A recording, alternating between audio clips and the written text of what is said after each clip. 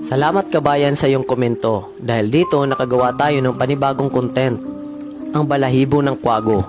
Inggit na inggit ang mga flight engineer sa kwago dahil napakatahimik nitong lumipad. Walang ibang ibon na kayang lumipad ng gayong katahimik, ang sabi ng website ng National Geographic. Ano ang sikreto ng kwago?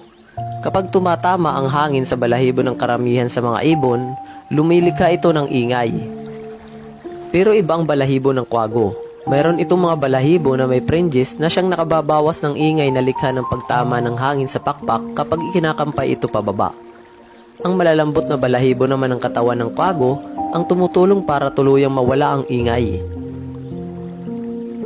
Kilala ang mga kwago sa pagkakaroon ng malalaking mata at butas na tenga, maliliit na tuka at malalapad na ulo. Hindi din gumagalaw ang mga mata nito na kagaya ng tao, pero umiikot ang ulo nito ng hanggang 270 degree. Gustong gayahin ng mga disenyador ng eroplano ang sikreto kung bakit napakatahimik lumipad ng kwago. Kapag tahimik lumipad ang mga eroplano, pwede nang lumipad o lumapag ng mas gabi at mas maaga ang mga ito. May ginagawa ng mga hakbang ang mga inhinyero para maging mas tahimik ang paglipad ng mga eroplano. Para po sa next content, comment down below.